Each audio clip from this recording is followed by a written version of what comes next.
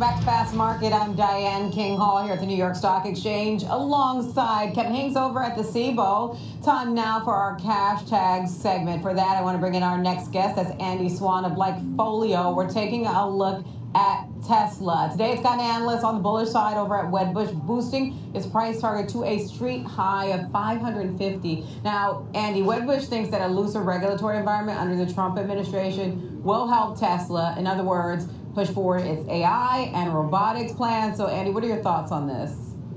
Yeah, I think it's definitely a tailwind for Tesla. I think, you can just look at the fact Elon Musk bet very big on this election and he won. And I think that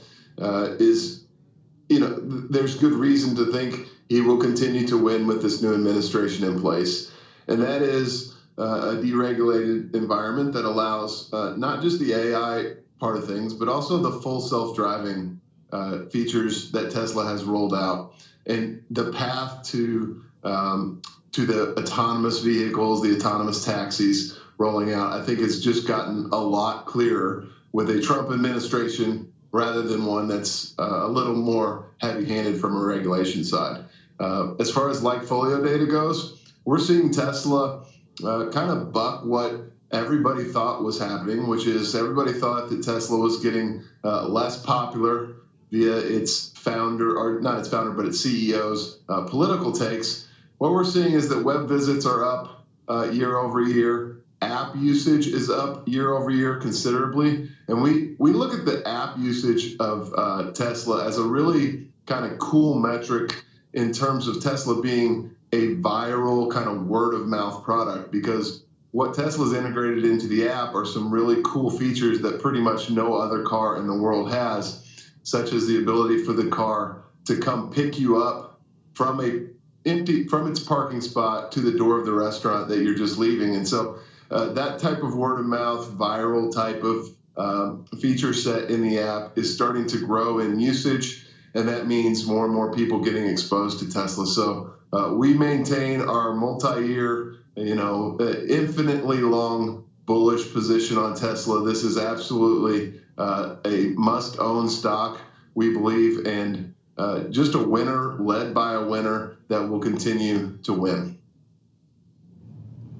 Andy, I think there's been some news headlines out over the last several weeks, and one just lately since the Donald Trump was put in office, that are worrisome if you're not paying attention to the EV market. And here's what I mean: the tax credit that's going away, and the EV mandate that Trump did away with. Elon Musk doesn't care about an EV mandate.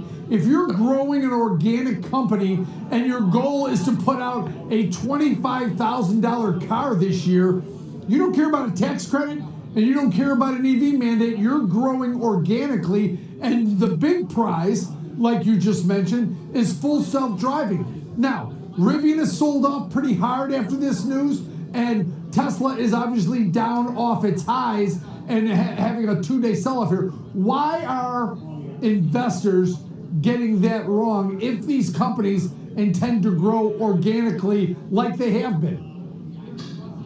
Well, I just think, it does provide a short-term headwind that wasn't there a few months ago. I think you have to acknowledge that, anytime the government's paying $7,500 towards the purchase price instead of the customer, it's going to impact demand.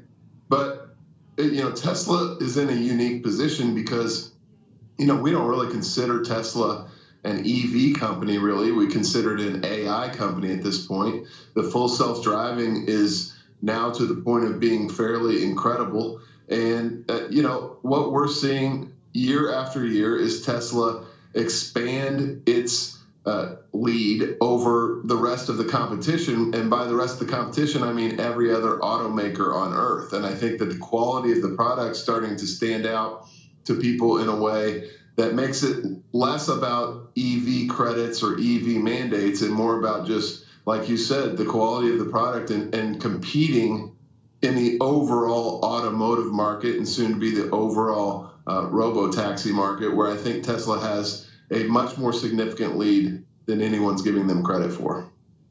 Andy, okay, so to play devil's advocate here, if you will, because you said, in terms of the competitive landscape, they are still currently competing in the EV market. And, they had that year-over-year annual decline in deliveries, and that still did matter at the time when that came out. So when you have, you have extreme views on both sides of this. On both sides of Tesla, you have the critics who heavily criticize the company, and then you have those who are very bullish around the company. And one of the arguments on the critical side is, the delivery numbers do matter, and then the competitive landscape, especially last year, was challenged by pricing pressure, especially from Chinese EV makers. So how much does that matter now? Well, I think if you have a short-term window, then it definitely matters. I think if you have a long-term window, then I would say that, I'm extremely glad that we didn't listen to the critics of Tesla 5 years ago, 4 years ago, 3 years ago, 2 years ago, or today. I think that continues into the future. I think there will always be critics of Tesla because it puts out, what Elon loves to do is put out a really bold vision that has a big prize at the end of it, and has a very short time frame attached to it, knowing that that coming up short on any or all of those metrics still puts that company in a superior position versus the competition. And so I think it's easy to criticize some of the ambitious plans that Tesla has. I think that you'll probably be right if you bet against the timelines that he puts out when he initially puts ideas out. But at the end of the day, is the company going to be better than its competitors? Is it going to be able to produce cars at far cheaper prices than its competitors? I mean, no one thought that the Model Y would be the best-selling car in the world when it first came out, but here we are. And so I think you just have to continue to bet on winners and continue to kind of ignore the critics as much as you can. But, Tesla is one of the best companies the world has ever seen, and with one of the best entrepreneurs the world has ever seen at the head of it. And so it's really difficult to make the case for me that you should bet against a company like that simply because of some short-term turbulence. Andy, one last question before we let you go. If you're an investor looking at Tesla as a stock, what's the next story that you should be focusing on? Is it full self-driving? Is it robo-taxi? Is it Optimus robots? Is it energy storage? All those parts of Tesla, in your opinion, what's the most important? What do you think is the next one that'll hit big? Yeah, I think the full self-driving and the robo-taxi kind of go together. I think that the full self-driving technology, as a user of it, I can tell you the improvement in that experience and the safety of that experience has been exponential.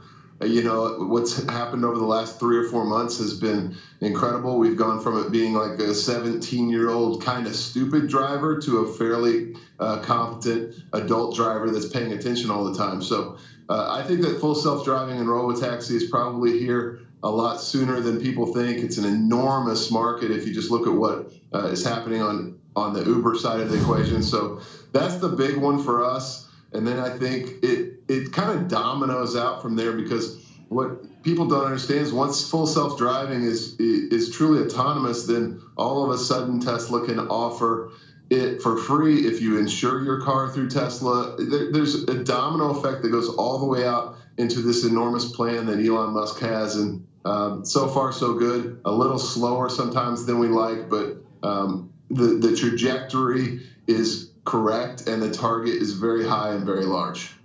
Yeah, and I think, Andy, you made a great point earlier about the timing targets that often can be ambitious, which Elon Musk has acknowledged in the past. Andy Swan, co-founder of LikeFolio, thanks a ton for that insight and perspective on Tesla. All right, Kevin, given that